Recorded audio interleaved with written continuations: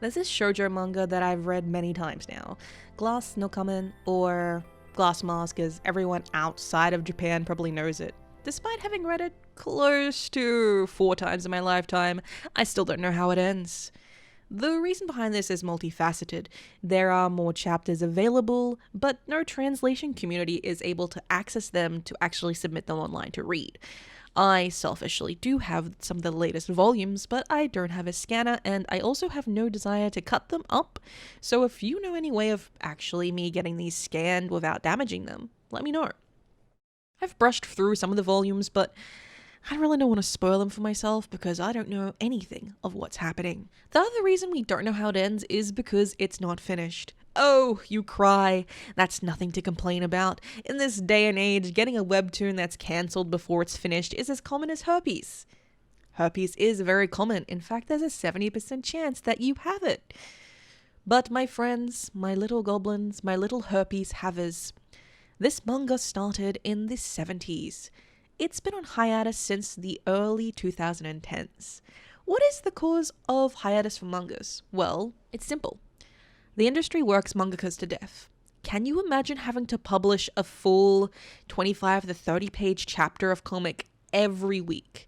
Every week! Most mangakas are underpaid, overworked, and honestly, on the verge of regular health complications. As anyone under a similar deadline gun would be. But such is the life of the artist, you say somewhat dismissively. And yes, contemporary creators do struggle to survive in the world these days. Whilst it'd be a stretch to call me that, I know several artists who suffer the slings and arrows of freelancing. But here's where your average self-employed savant and mangaka differ. The more popular mangakas are under exclusive contracts, so provided that they agree to not sell to other publishers, they should be compensated for their work properly. Freelancers, on the other hand, should have contracts, and I advise you to always get your clients to sign one, but they're not really of equal value. Unfortunately, as most entertainment is undervalued, so too are manga. Despite them being a cultural linchpin and a fantastic export to Western audiences, manga does tend to have a weighted perspective in its home country. But that's an exploration of something I barely only experienced in my time living in Japan, so we won't delve that deeply into it. I will mention it though because it makes me sound well-traveled.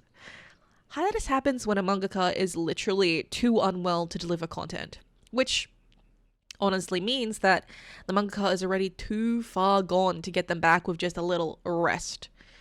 A little R&R isn't going to suddenly undo years of working 12+ hour days.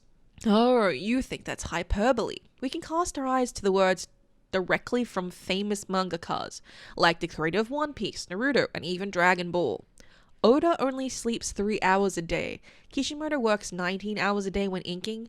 Toriyama would actually just draw until he couldn't and then pass out. Even if we just look at this anonymous timesheet from mangaka, these work hours are egregious. Given an interview with the mangaka of Kaguya-sama, which is fairly recent, we can expect newbie mangakas to receive around 8,000 yen per page, which is around about $55 USD and 83 Australian. Jesus Christ, the Australian dollar is doing really, really badly. And here are another various currencies.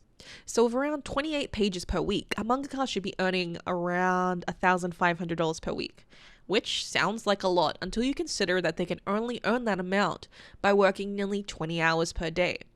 If put in perspective of hours worked, at 140 hours a week, a mangaka is paid roughly $11 an hour. To people in America, you might be saying, wow, that's a lot. To you people, I say please raise your minimum wage. It's ridiculous and downright criminal that the people of today are expected to live off at $11 an hour. You would be hard-pressed to make a whole meal off $11. Honestly, I shouldn't even have to say that. But if you want to come into my comments to decry this, please go ahead and I'll just delete them. The reason why I say mangakas are overworked or underpaid is because for the amount of work they're doing, they receive little compensation. So what is the solution? How do we ensure that mangakas remain healthy enough to feed the fans contents for years to come?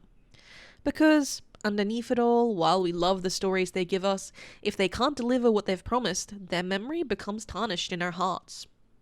Unfortunately, that's a really complex thing to answer. Many mangakas are perfectionists about their work, not wanting to hire assistants unless absolutely necessary, and they take on the major role of manga production, from the story writing to inking, background drawing, everything. In fact, it's fairly common for mangakas to work on their own until they've made it, which is a very loose term and is subjective to each and every person's mental projection of the concept, what making it is. Not to mention that assistant fees are out of pocket, so they have then got to split that $11 an hour with them. I do want to mention the mangakas do receive royalties, but it really depends on the contracts they make as to what they receive. I've read it's fairly common for them to get around 10% of volumes printed, and that extends to digital copies sold, but I have no hard evidence on that, and it's really hard to nail down numbers anyway, probably precisely to evade educating mangakas and making them ask for more. Is there a solution?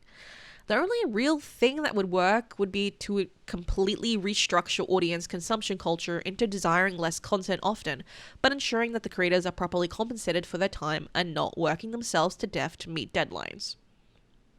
In this day and age, with binge culture and series coming out completely finished already, with weekly releases of episodes even seen as kind of an outdated practice, is it possible to shift the consumer's desires? Is this an idealistic fantasy? You tell me. No, seriously, you tell me. Would you like to know that the people who make the content that you love dearly are able to live healthy and fulfilling lives outside of their creations, and take the loss of weekly chapters? I know I would. There's a manga I read monthly that I adore, the one within the villainess, and I'm chomping at the bit every month to get that new chapter. Would I still feel the same if it released weekly? I don't think so. There's something to be said for delayed gratification. When I finally lay my eyes on the beautiful pages, it's worth the wait. So, for the next time you check updates on that manga aggregation website you use and find your favorite mangaka has gone on hiatus, just remember, you participate in the market that forges expectations upon creators. You must also suffer the consequences of it alongside them. We live in a society